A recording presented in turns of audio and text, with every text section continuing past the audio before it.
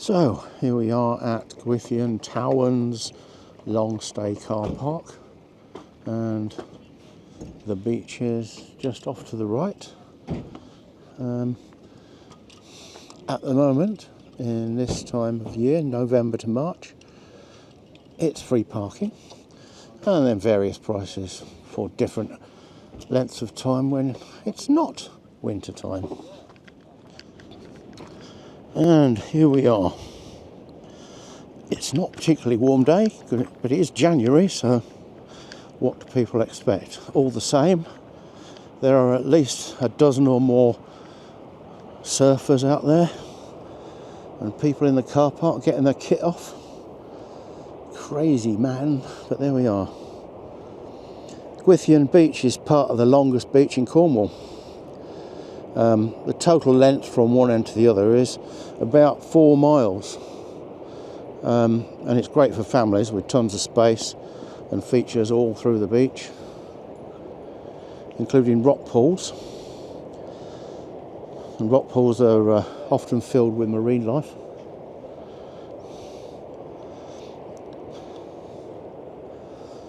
The beach is also popular with surfers, of course. 2 there just going off. It gives perfect conditions for the types of waves from beginners to long-term surfers, apparently. That's why it's so popular. And over on the back of the car park there is a surf school by the cafe, if you're in the mood for learning how to skip about on a piece of wood. A famous surf spot is called Sheep Dips, which refers to a large pool formed between 2 big sets of rocks. I thought it was just where they all went diving into the rock pools, but there we are. Let's head on down to the beach itself. So from here, over that way on, we can see just some delivery. Over there we can see Gwithian Beach, head on. A bit further round is Carbis Bay, and then further round still is Porthminster Beach and St Ives. But the sandy bits we can see on here are Gwithian Beach, and then Hale Beach coming down through Upton Towans, Mexico Towans, which it just means dunes. And then here we are at Gwithian, and then it goes on a bit further down to Godrevy. And so you've got plenty of beach you can get lost on, and it's great at this point when it's at low tide, because it's just a massive beach you can go out and play on. As well as being popular with surfers, it also has its share of windsurfers and kite surfers. Gwithian's also RNLI patrol beach, so it's generally safe. Of course, you have to be careful when you enter the sea with a low or high tide. Gwithian toilets are hiding over there. You see the roof in the dunes, but they do close at dusk, so you need to be here during the daytime if you need a wee.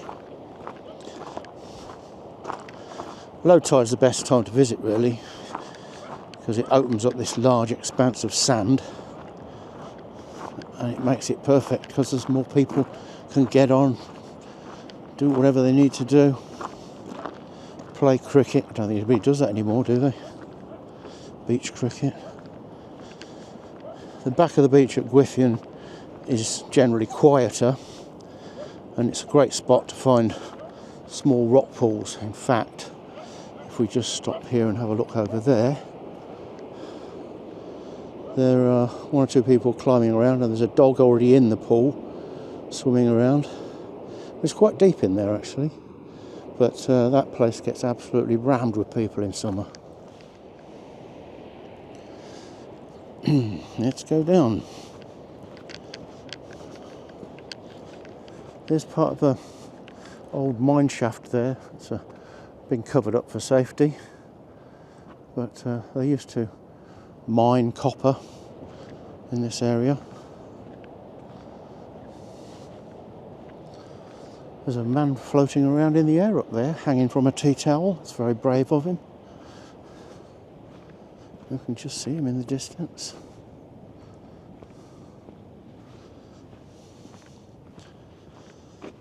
So, these are the steps to the beach. You can find your way through the dunes and back down onto the beach further up there. But this is the steps we'll go on now. We'll just wait for these people to come back up. It's a good view from above.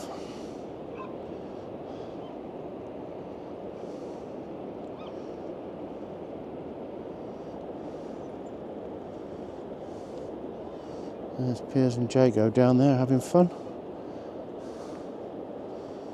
Jago always have fun on the beach. He loves it. When we first got him as a puppy, there's always a worry whether your dog's going to like the sea. He just went in it and sat down. Absolutely no fear. Still, that's good for a dog living in Cornwall. Because we do hit the beaches quite often. These steps actually finish off about here when it's at high tide. All these are covered up on the high spring tides, but even on a normal high tide, this part of the beach is covered. I think Jago's coming to see me. Oops, no, he's changed his mind. He's playing ball, that's all that matters. Hello, Pooch. Where have you come from? Hello.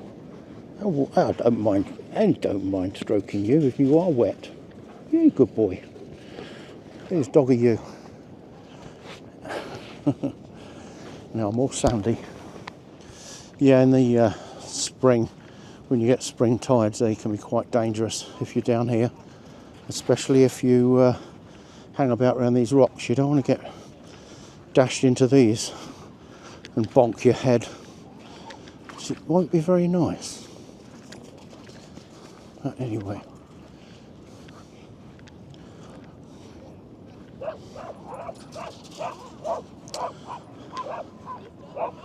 Over here we have Gwithian Lighthouse.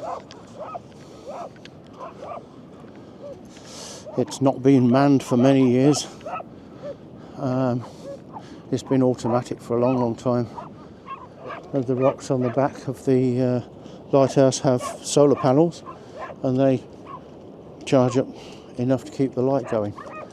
And it's all automatic these days.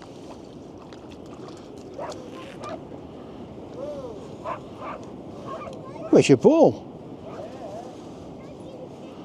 You've dropped it again.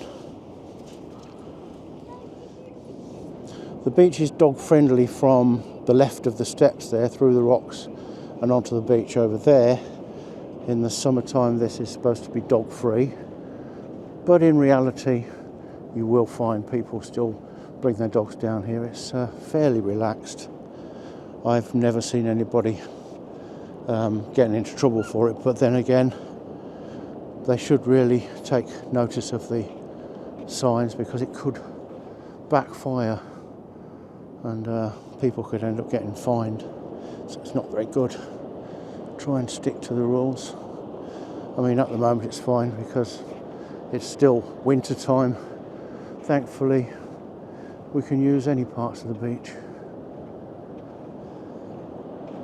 and there's, say, 4 miles of beaches, so it's not as if we're short of sand to mess around on.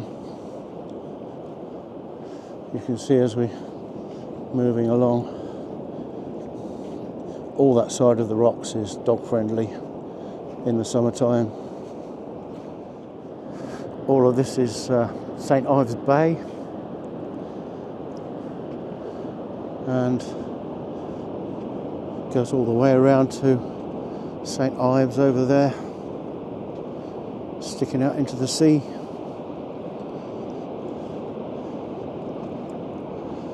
As it's called, the jewel in the crown of Cornwall. Seems to be the most popular resort. Gets thousands of visitors every summer.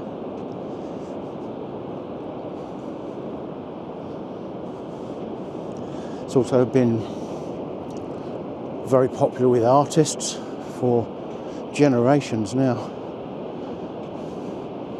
So what was initially just another Cornish fishing village became a tourist hotspot and remains so. Apparently you can't buy even a small fishing cottage in St Ives now for less than £1 million, so it's quite ridiculous. Well, that's what the popularity does. Great shame. And there's only about 10% of the houses are now lived in. The rest of them are all rentals, simply for the holiday season.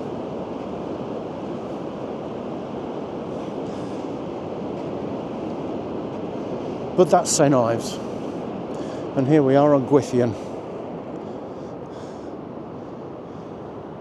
There are holiday chalets at the top of the cliffs on here, but those are also very expensive to rent.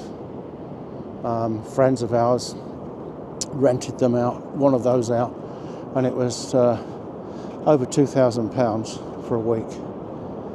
So it's quite expensive. I think they've pushed them up to 3 now.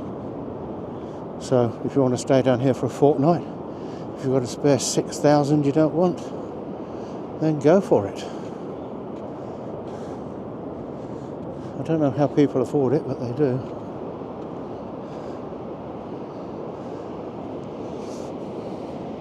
There's some surfy boys. Gonna get their feet wet, no doubt.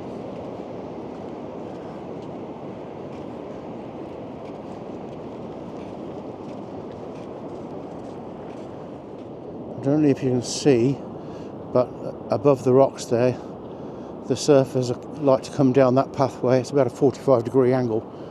You can just about see them teetering down that pathway with their surfboards, looking like leaf ants.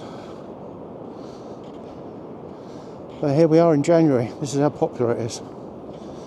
They're still going to go down there and splash about in the water.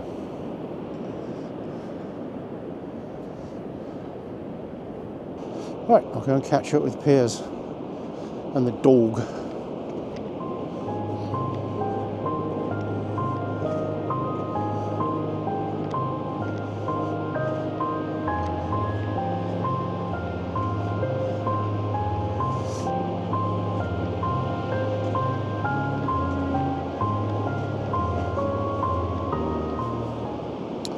They say at a very low tide you can walk all the way from here to St Ives. You just have to walk around the rocks and go from beach to beach until you get to Porthminster, and there you are.